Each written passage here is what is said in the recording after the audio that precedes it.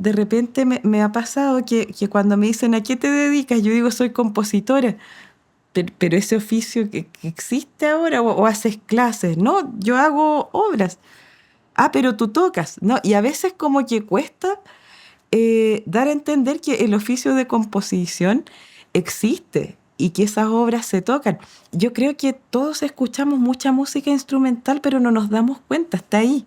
Está ahí en las cosas que vemos, en las teleseries, en las películas, en los videojuegos, en los comerciales, está en todo y le da un tinte. Sin esa música, eso que tú estás viendo, percibiendo, no sería lo mismo.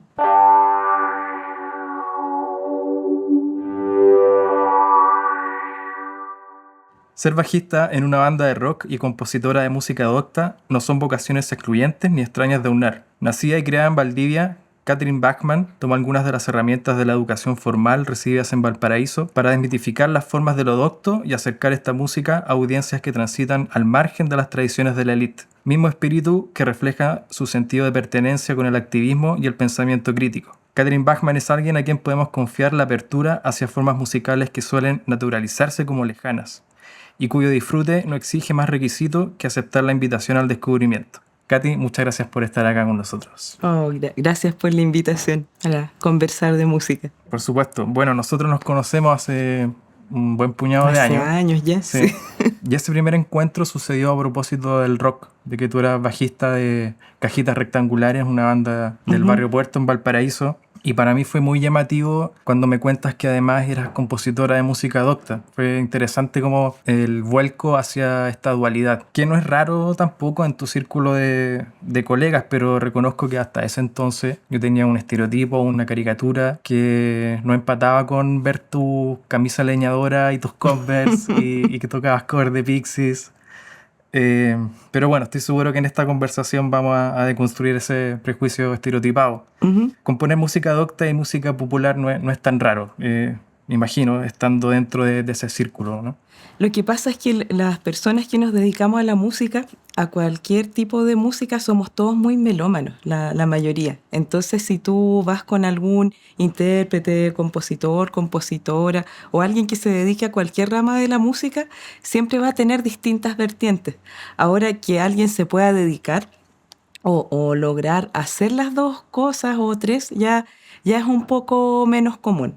Eso me abre la pregunta de a qué se dedica una compositora de música docta. Porque también, de nuevo, el estereotipo, uno se va al conservatorio, se va a la filarmónica. Claro. Hoy es complejo porque la composición nunca ha sido bien remunerada. Jamás en la historia del arte nunca ha sido bien remunerada. De hecho, han habido muchos compositores que no sé, pues que hacían otras cosas, que eran abogados, médicos o vendían seguros. O por ejemplo acá en Chile estaba Alfonso Leng, que era dentista, pero también compositor. Yo partí haciendo clases, yo soy profesora de música también. Entonces como que ese era mi trabajo estable, con sueldo fijo y entre medio metiéndome en proyectos para componer. Ahora estoy logrando vivir de la composición, pero siempre a través de proyectos, con orquestas, con municipios, con conjuntos de cámara, con distintas agrupaciones o proyectos multidisciplinarios, por ejemplo, donde tú como pones la música y ahí se logra, pero hay que tocar hartas puertas, hay que moverse harto, no es una pega estable. No lo recomiendo, sí sí lo recomiendo. Cuéntame cómo fuiste formando esta dualidad que te comentaba al principio, del gusto y la afición por la música docta, pero también la popular, que me imagino que partió en la infancia, supongo. Sí, lo que pasa es que a mis dos papás les gusta mucho la música. Mi papá, ninguno fue músico, de hecho en mi familia soy la primera que se dedica a la música. Nadie sabe tocar un instrumento, por ejemplo, pero se escucha mucha música, son muy aficionados a ella. Mi papá tenía una colección súper grande de cassettes, muchos cassettes pirateados, especiales grabados de la radio, no sé, CDs también, videos. Y disculpa que te interrumpa, pero todo esto en Valdivia. Todo esto es en Valdivia, sí. Entonces me pasaba que de repente si me llamaba algo la atención, esto en tiempos sin internet, Y yo decía, uy, me gustó este grupo, te apuesto que mi papá tiene algo. Y lo encontraba. Entonces, esa biblioteca musical me ayudó mucho a conocer música en tiempos donde no había tanto acceso. Y tenía de todo, docto, folclore, harto rock. Y mi mamá también le gustaba mucho como la música de su época, Carole King, los Beatles, Cat Stevens. Pero ella escuchaba mucha música docta, más que mi papá. Le gustaba harto Schubert, Beethoven, tenía una colección de las 9 sinfonías en vinilo. Y por ahí yo creo que fue entrando, pero fue de forma muy natural. No fue que ellos me dijeran, hoy tienes que escuchar esto. Claro, después en la adolescencia como que uno siempre tiene sus bandas favoritas. Yo me dio muy fuerte con los Beatles desde los 10 como hasta los 15 años. Todavía es mi banda favorita, de hecho. Nada de muchos. Pero entre medio, sí. Entre medio conocí el grunge, entre medio el punk, que el punk me cambió mucho las perspectivas de ver las cosas hasta el día de hoy. Entonces, esos momentos importantes de la vida donde la música te cambia la vida, pues, es muy cuático. Pero la música docta, verla como una posibilidad para mí fue ya más grande, yo creo, cuando ya estaba en la universidad. Y a propósito de Valdivia, ¿crees que fue una ciudad propicia para que desarrollara esta sensibilidad musical o crees que te habría pasado en cualquier lugar? O sea, yo creo que me hubiera pasado en cualquier lugar que hubiera tenido el mismo contexto como familiar quizás, pero Valdivia igual tiene lo suyo, porque por ejemplo es una ciudad muy indoor, como llueve mucho y antes llovía mucho más, como que todo se hace bajo techo, encerrado. Si en algún momento ibas a salir con tus amigos o familiares, tenía que ser dentro de la casa de alguien o en un lugar con techo, entonces es todo como más introspectivo. Yo siento, mirando para atrás ahora, que se dan mucho los espacios para estar en la casa, escuchar música, relajarse y poder como analizar más las cosas. Que puede ser que sea una ciudad propicia, es como lo que dicen de Seattle, por ejemplo, que era una ciudad como que propiciaba lo que pasó después. Qué interesante. Y bueno, tú me has contado que tienes la capacidad del oído absoluto. Sí.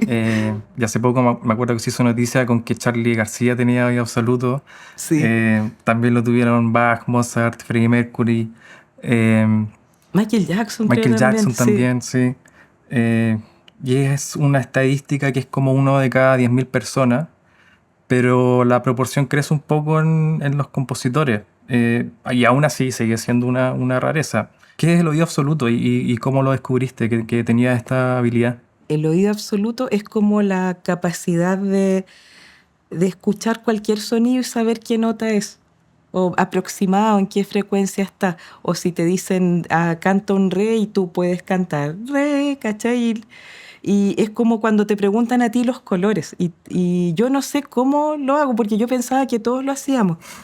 Entonces es como si yo te pregunto de qué color es este tazón y tú de alguna forma sabes que es blanco, pero no, el blanco no es un color, lo sé, pero, pero tú no sabes el proceso que hiciste para llegar a esa respuesta. Yo tampoco. Para mí responder qué nota es esto o este sonido o este instrumento, la nota que salió es el mismo proceso de qué color es esto.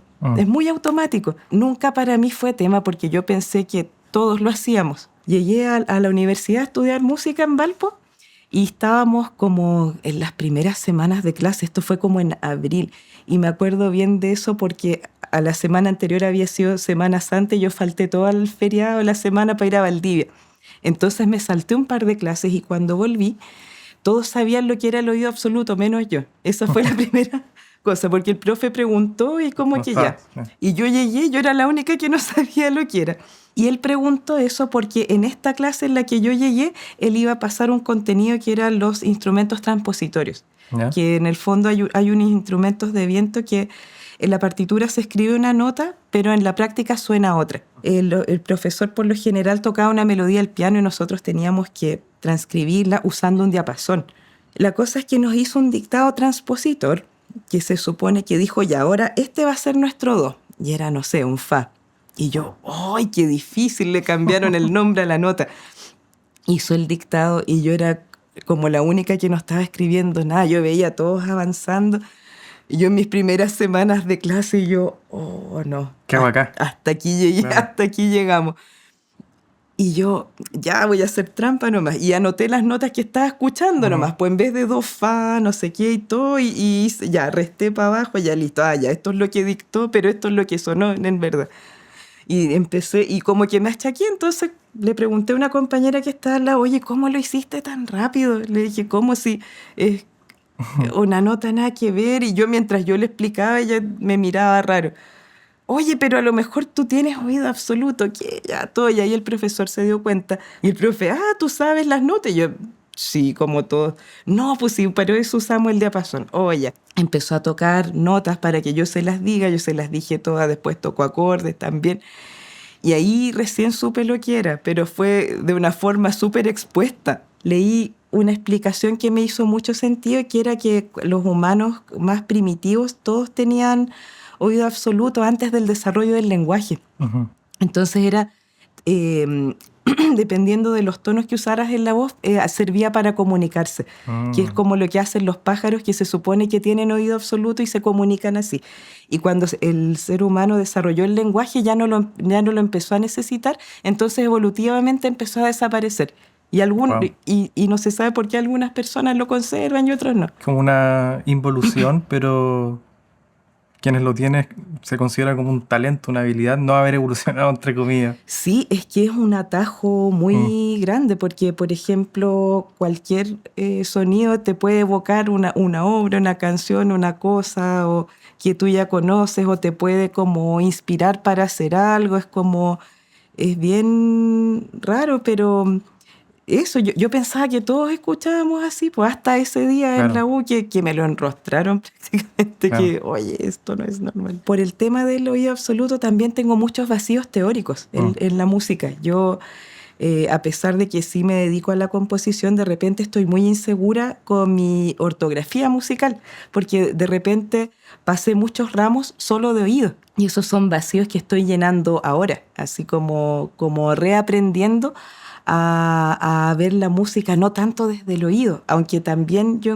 me gusta hacerlo así porque viene más desde la música popular, se compone así. Mm. Y yo me identifico mucho con la música popular. ¿Qué significa que compongas con técnicas de la música popular? Por ejemplo, se me ocurre una idea, de repente si en la cabeza o improvisando en algún instrumento, y escribo esa idea y después la desarrollo o la toco y la voy desarrollando, que es muy parecido al trabajo que se hace cuando uno toca en una banda o cuando haces una canción, el desarrollo de una idea.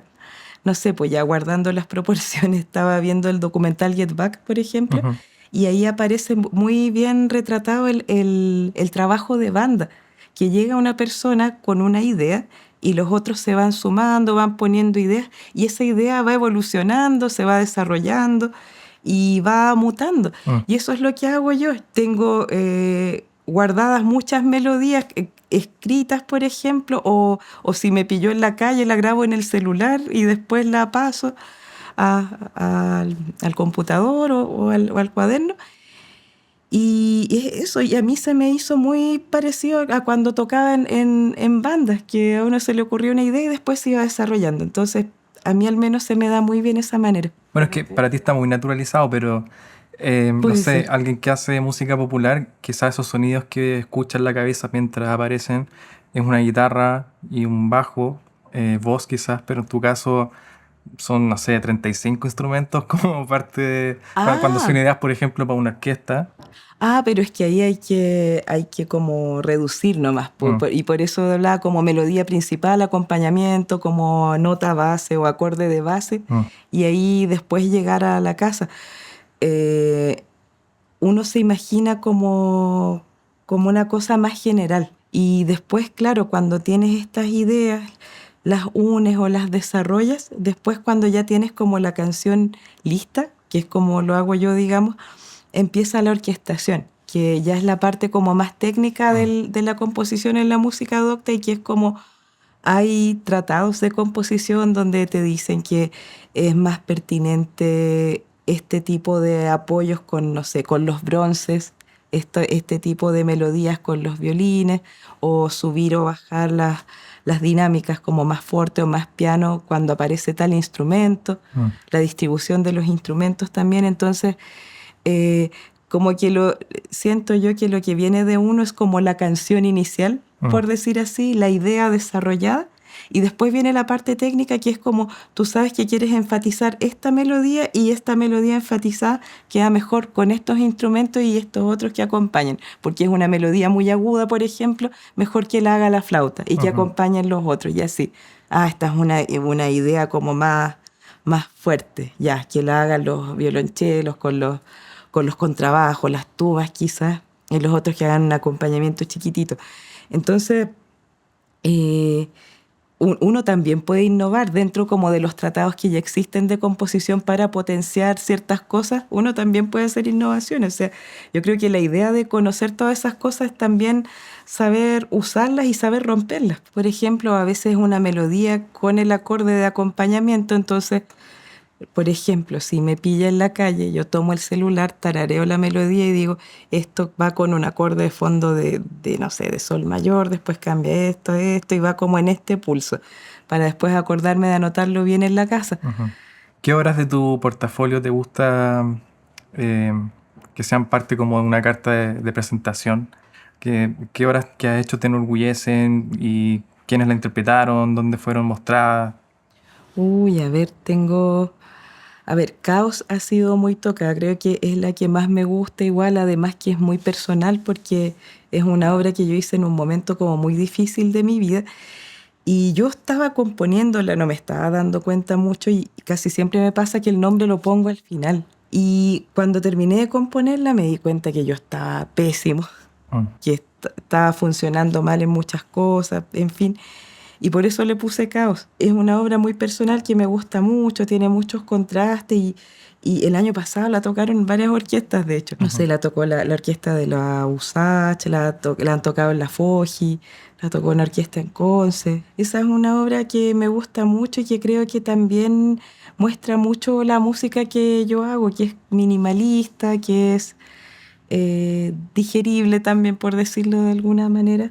Hay otro cuarteto que me gusta también, que se llama Redención de las Aguas Claras, y para mí fue como decantar algo muy personal también, que fue el fallecimiento muy repentino de una de mis mejores amigas de la vida, y decanté en esa obra. Entonces, también hay veces que no puedo escucharla, por ejemplo, porque me recuerda mucho a ella, pero fue bueno como decantar toda esa tristeza, todos los cuestionamientos, ¿por qué pasó esto así?, en una música. Hay un proyecto que tienes en desarrollo que a mí me parece fascinante, que es Valdivia 1960. Y voy a hacer un poco de spoiler para decir que que está inspirada en el terremoto de Valdivia, el más grande registrado en la historia moderna. Y en el fondo es el mega sismo convertido en música. ¿Cómo se logra eso? Es complejo. Mira, yo tengo la idea hace muchos años, 15 o un poco más incluso, porque pasó que en Valdivia, si tú quieres buscar algo sobre el terremoto, no lo encuentras. No hay un museo. De repente, si haces un tour, si el tour pasa por alguna parte terremoteada, dicen, eso es el Canelo, el barco que está hundido todavía, o aquí antes no estaba este río y ahora sí, no sé.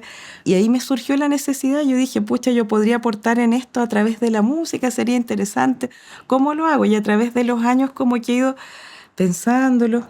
En algún momento se me ocurrió contactar a una sismóloga, Diana Comte, de la Universidad de Chile, y el enfoque que le da a Diana es muy bonito porque ella no lo ve como una catástrofe, lo ve como los procesos naturales de la Tierra. Y eso es como volver al origen. Entonces, ella me ha ayudado con el tema de aprender a leer los sismogramas, que son como este escáner de los sismos. Y un movimiento de esta obra es una recreación de los 12 minutos del terremoto, que, bueno, 12 minutos duró como en los registros, pero en realidad la sensación de la gente fue como 3 minutos y medio, que igual es harto. Fue como lo perceptible. Claro, lo perceptible fue 3 minutos y medio. Después siguió más subterráneo, pero eso lo siguieron registrando las máquinas. Entonces ese movimiento va a durar 12 minutos y está ahí. Le estoy poniendo parámetros musicales a los parámetros científicos del terremoto, basado en el sismograma, pero también en testimonios de sobrevivientes. Ahí estoy trabajando eso, tiene 5 movimientos, cada uno representa distintas fases como de Valdivia de ese año y del terremoto también. Así que en eso estoy. Entonces los parámetros para componer esa obra te los dan las ondas, que son los trazos de los sismogramas, pero también los relatos, los testimonios. Exacto. A mí me llegan esas cosas, porque a lo mejor otro compositor o compositora le pueden pasar estas mismas herramientas y puede salir una obra completamente diferente. En el sismograma, el terremoto significa una cosa, hay un significado, tiene sus parámetros, pero yo le estoy dando otro significado, con otro lenguaje, con un lenguaje musical, pero también emocional. Estoy tratando como de enlazar esos dos mundos, pero lo otro va a ser el significado, cómo va a funcionar esa semiótica con la gente que la va a escuchar, porque yo estoy haciendo el trabajo detrás y yo lo que quisiera es que las personas sientan lo que está pasando. Y de ahí que eso les genere diversas emociones, cómo le llegue a cada uno. ¿Qué es lo que más te ha conmovido o se te ha quedado guardado de los relatos que te han contado o has leído? Uy, creo que lo más heavy es que las personas pensaban que era el fin del mundo, porque en ese tiempo no había educación sísmica como la hay ahora. En esos tiempos mucha gente era creyente, mucho más que ahora. Entonces muchos pensaron que era un castigo divino y que era el fin del mundo y que eran culpables, que Dios estaba enojado con ellos. Entonces imagínate sentir esa presión, como ese castigo. Debe haber sido terrible. Yo he tratado de ponerme en el lugar como en qué situación yo podría llegar a sentir un terror así. Yo pensaba a lo mejor una situación de guerra, una situación de dictadura. Puede ser comparable como a este terror de qué va a pasar conmigo, qué va a pasar con mi familia o con nuestro futuro.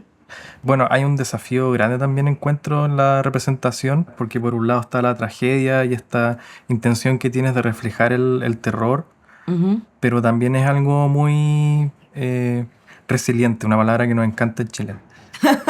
Es muy lindo que esas personas que a lo mejor lo guardan todavía como un trauma, vayan a escuchar algo que suena bello y que a lo mejor les va a estimular a abrir ese espacio. A hablarlo, porque, o sea, hay gente que habla del terremoto cuando tú les preguntas a sobrevivientes o gente que ha como recuerda lo que les contaron parientes que ya no están, no sé.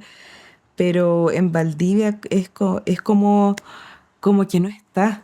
Tú llegas y es una ciudad turística, con playa, con universidad, con río, con la noche valdiviana, todas las cosas típicas, las cervezas, que ahora hay muchas, los santuarios de la naturaleza, los cisnes, como que de eso se habla mucho, pero expresamente del terremoto no se habla, así como no se habla de la gran cantidad de comunidades mapuches que hay en Valdivia.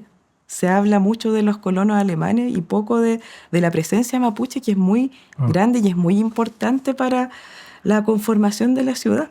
Me mencionaste los Beatles, que me imagino que son una influencia importante. Muy. Cuéntame otras influencias y referentes que tengas en la música popular y también en lo docto. Bueno, me gusta mucho Beethoven, me encanta Beethoven, me gusta mucho Bach, Mozart no tanto, pero me gusta mucho los doctos del siglo XX, las vanguardias del siglo XX, me gusta mucho Stravinsky, Bartók. ¿Qué es lo que no te gusta de Mozart? Siento que, bueno, el Mozart como más temprano es como muy de fórmulas, como la música como más comercial, que tiene como A, B, como una cosa muy maqueteada.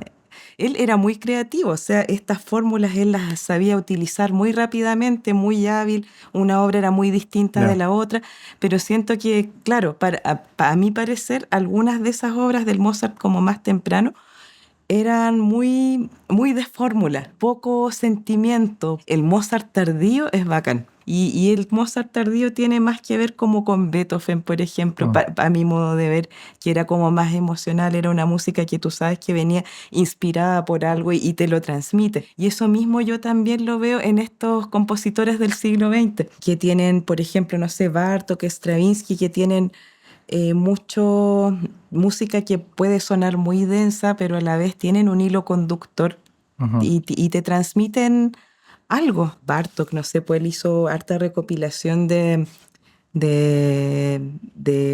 música campesina, una recopilación con una grabadora enorme.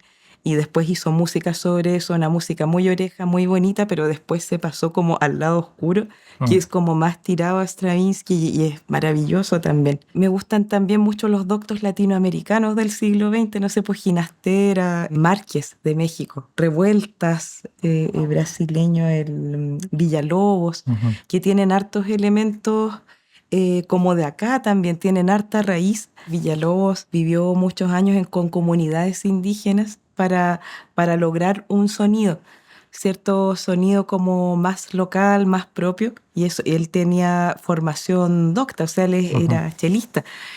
Y siento que, no sé, pues ocurre mucho también con lo que hacen músicos como Quilapayún, Inti Illimani, y de repente es una música que a mí me gustaría abordar en la música instrumental, en la música docta, pero yo digo hasta qué punto esto roza la apropiación cultural. De repente yo pienso, me gustaría hacer una obra sobre tal pueblo o sobre esta cosa que me identifica o estos ritmos con los que crecimos escuchando. Y después yo digo, yo tendré como la potestad de usar estos ritmos, de usar estos elementos. Siento que estos compositores lo hacen magistralmente, pero también casi todos ellos son como hijos de Stravinsky, igual, Mm. como que ya yo hago música con mucha influencia de Stravinsky, de Bartók, sobre todo de Philip Glass, pero soy chilena. Mm. Soy una persona del sur de Chile, que nací en los 80, tengo un contexto.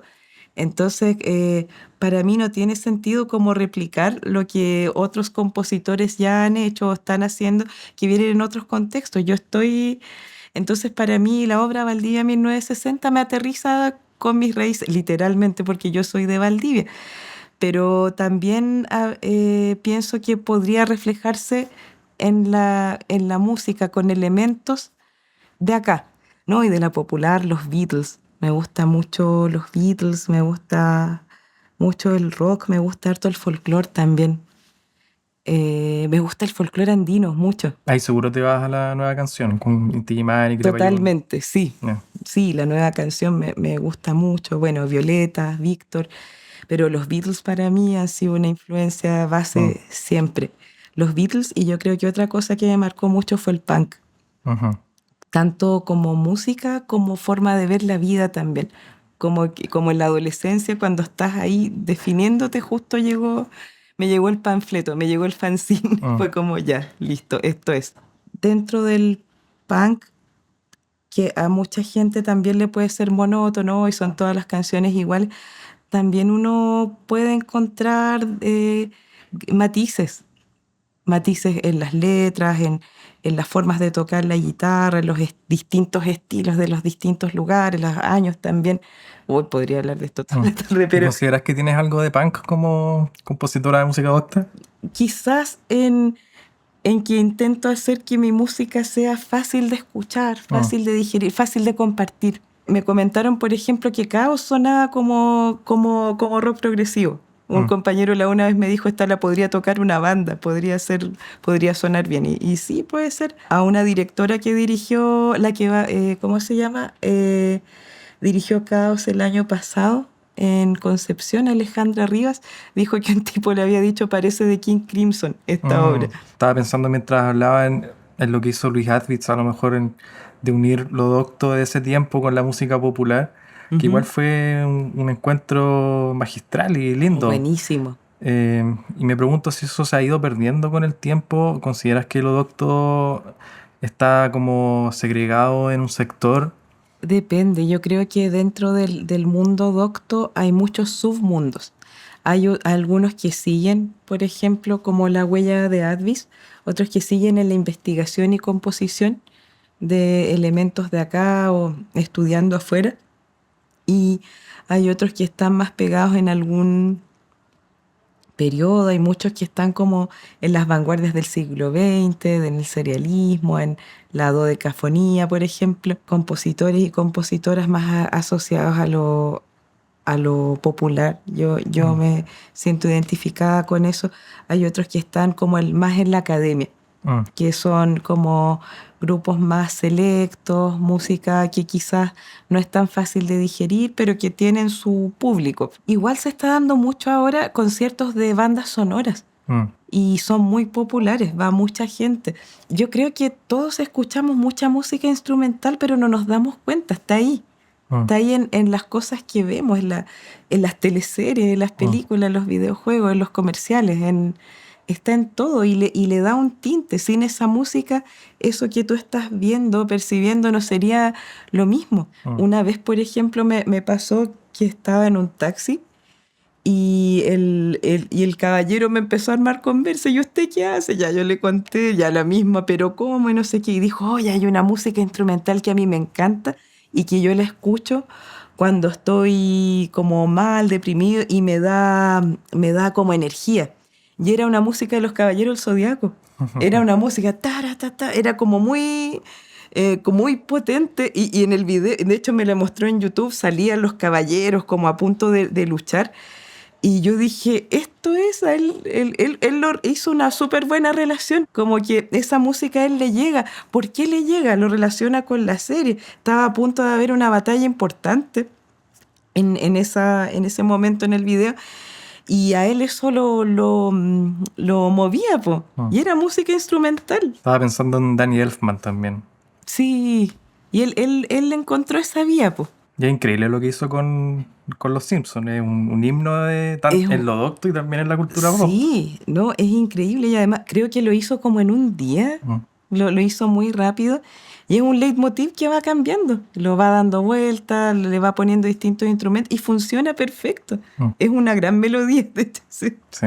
También estaba pensando a propósito de los videojuegos, los soundtracks que ahora están como en Spotify y que uno lo escucha en verdad como si fuera una banda de las que te gustan. Sí. Yo he escuchado como he puesto de fondo la banda sonora de Donkey Kong y lo Uh, disfruto mucho. Y es una composición que viene del trabajo de personas que hacen lo mismo que tú. pero nunca se piensa en eso, Mm. porque se cree que es un oficio como, no sé, como antiguo. Mm. De hecho, por eso también de repente sorprende cuando uno dice yo soy compositor y la gente se imagina un viejo con peluquín, así como un Sí. quaker, no sé.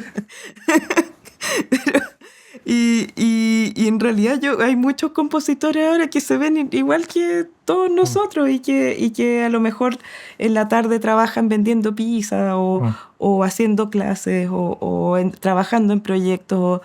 Están entre nosotros. Pero sí, pues, es un trabajo que es actual, sigue siendo inseguro económicamente, pero existe. De repente me ha pasado que cuando me dicen ¿a qué te dedicas? Yo digo soy compositora. Pero ese oficio que existe ahora o haces clases, no, yo hago obras. Ah, pero tú tocas, ¿no? Y a veces como que cuesta dar a entender que el oficio de composición existe y que esas obras se tocan. A propósito de estas imágenes o estereotipos que vienen del poco conocimiento, otro prejuicio que yo tenía cuando te conocí era que alguien dedicado a la composición trabajaba en solitario, casi Ah, como en retiro, en un ujú. trabajo muy individual. Tú también representas un ejemplo de lo contrario. Eres parte fundacional de Resonancia Femenina. Ujú. Cuéntame quiénes conforman este colectivo y por qué en su momento creyeron que era pertinente e importante crearlo. Mira, Resonancia Femenina nace en Valpo como el año 2012. Nos conocimos todas en la Escuela de Música de la Católica de Valpo, que era donde yo estudiaba, y Valeria Valle con Fernanda Carrasco iniciaron la idea. Ser compositor, ya es difícil ser compositora, lo es aún más por un montón de motivos que se han conversado largamente. Y fue como podríamos potenciarnos, podríamos hacer un colectivo, hacer actividades, proyectos juntas. Conversándolo harto nos dimos cuenta que en esos años empezaron a armarse muchos colectivos de mujeres de distinto tipo, en las artes, políticas, vecinales, de profesoras, de mujeres dedicadas al área de la salud. Como entre el 2010, 2012, por ahí, hubo muchos semilleros que se fue armando y de repente nos llegó la ola feminista el 2017. Ajá. Y eso no fue repentino. O sea, después recordando y fue como, oye, tu colectivo de, no sé, de enfermeras o de dueñas de casa o de no sé qué, ¿en qué año se armó? Y fue como en los mismos años. No lo sabíamos, pero en paralelo estábamos como haciendo cosas y teníamos la necesidad de agruparnos para hacer visible nuestra disciplina. En mi caso era la composición de las mujeres y en otros casos también era una necesidad. No tenemos visibilidad y esto nos reventó con la ola del 2017, 18 y 19, con la huelga general feminista. Nosotras nunca nos sentimos parte de un todo, pero lo estábamos haciendo. Fue sin querer. ¿Y de qué se trató el premio que recibieron en el 2019? Oh, eso fue muy bonito porque Classical Next es como una organización que hace reconocimientos, hace hartas actividades en torno a la música docta y hace premios a la innovación, hace en todo el mundo. Y resulta que ese año querían como reconocer, ¿cómo se llama?, iniciativas hechas por mujeres. Y la periodista Romina de la Sota, una periodista musical, nos nominó a nosotras. ¿Y nosotras qué? Y de repente pasó que quedamos entre los 30 finalistas y yo dije, ya, pero quedamos hasta acá, bien, y lo olvidamos. Yeah. Fue como, ya, bacán. Eso ya era celebración. Ya era celebración. Y de repente un día me llama a la Vale llorando y me dijo, nos ganamos el premio, el Classical Next Innovation del 2017. 17. No, 2019, perdón. Sí. Y no lo podíamos creer y era, pero ¿cómo? Y además que como que acá siempre tenemos la tendencia en Chile como de minimizarnos. Y yo lo primero que pensé fue como, ¿cómo serían de malos los otros proyectos? Y después fue, no, pues deja de pensar así, ya, nos merecemos esta cuestión. Nosotras estábamos todos, hay que organizar el festival, ya, y viviendo el día a día hasta que lograr una cuestión, ya, ahora hay que hacer esta otra cosa. Y así, entonces, para nosotras fue importante, más que como ganaron premios y todo, fue como para nosotras mismas reconocer que estábamos haciendo las cosas bien. Un cambio de autopercepción de nosotras como colectivo y nosotras como personas también, como compositores. ¿Y qué proyectos u obras tenían hasta entonces como colectivo? Ahí, bueno, habíamos grabado algunos discos con obras de compositoras, no solo nuestras, de otras compositoras. Hemos organizado festivales. Nosotras organizamos todos los años el Festival Leni Alexander, que es esta compositora polaco-chilena, que es un festival donde hacemos conciertos, pero también hartos conversatorios con estas problemáticas de por ejemplo, ser mamá, intentar vivir del arte, de ser intérprete, componer, cómo es el mundo de... hemos, no sé, pues invitado online a compositoras de afuera, no sé, pues tratando como de converger y queremos seguirlo desarrollando. Para nosotras fue importante porque además ese año habían estado pasando muchas cosas. O sea, estuvo la huelga general feminista en marzo del 2019, que fue muy mediática, muy masiva. Nosotras recibimos este premio en junio del 2019 y después vino el estallido. Tu vocación colectiva también está en otras agrupaciones, además de Resonancia, y estuviste bien activa en ese periodo a partir del estallido. Sí, estuve participando en Ni Una Menos Chile, después en la coordinadora feminista 8M acá en Santiago y actualmente estoy estuve en el colectivo Memorias de Rebeldía Feminista, que ya no existe, y actualmente solo estoy en Mujeres Sobrevivientes Siempre Resistentes, que es un colectivo de derechos humanos con mujeres sobrevivientes de la dictadura y otras mujeres que no la vivimos, pero que estamos aprendiendo. Y este colectivo trata de masificar todo lo relacionado con la violencia política sexual, que es, digamos, como las vejaciones sexuales, los abusos sexuales que cometió el Estado a través de sus agentes Ujú. con las presas políticas y los cuerpos feminizados. Se llama política sexual porque es un abuso cometido por un representante del Estado, que se supone que debería protegerte. Con todos los ejércitos, en todos los conflictos, siempre esto ocurre porque el cuerpo de la mujer es como un territorio de conquista o como un trofeo. A ellas no se les ha hecho justicia porque, por ejemplo, en Chile hay muchos presos condenados por secuestro, tortura, eh, asesinato, etcétera. Hay muchos otros que andan libres también, pero ninguno por violación, Mm. por abuso sexual. Y eso se cree que ocurrió con el 100% de las mujeres detenidas y en algunos casos de hombres, sobre todo hombres como de las disidencias. Más que como que tenga un castigo ejemplar, que se seque en la cárcel o recibir una indemnización millonaria, que ellas no están ni ahí con eso, es un reconocimiento Mm. del Estado. A nosotras nos hicieron esto, porque no les gusta mucho, al menos las del colectivo, porque ellas no se ven como víctimas, se ven como sobrevivientes y Ujú. activistas. Ellas dicen, a nosotras nos pusieron en el papel de víctimas, pero nosotras no somos víctimas, a nosotras nos hicieron todo lo que nos hicieron por algo, no porque estábamos regando florcitas, ¿cachai? Mm. Estábamos luchando por un mundo mejor, por cambiar las cosas. Y a ellas les interesa mucho que esto se sepa como una advertencia, porque en cualquier momento que la situación país cambie, esto va a volver a ocurrir. Entonces, pucha, si un representante del Estado abusa de mí, ¿a quién recurro? Ellas lo que quieren es dejar un legado, que esto se conozca ampliamente para que no le vuelva a pasar a nadie más. Mm. Es eso. Bueno, hay algo transversal entre Resonancia femenina y tu participación en estos colectivos y en tu activismo político. Hay un espíritu como solidario. Es que de eso se trata. Cuando nos juntamos con Resonancia Femenina, era como, en vez de estar luchando las solas, tratando de entrar en festivales, de hacer iniciativas solas, juntémonos y potenciémonos con las otras. Y cuando tú hagas una cuestión, yo la voy a difundir. Y cuando Mm. tú... Es solidaridad entre mujeres, básicamente, tanto ahí como en los otros colectivos, y en el que estoy actualmente de las mujeres sobrevivientes también, es solidaridad entre nosotras.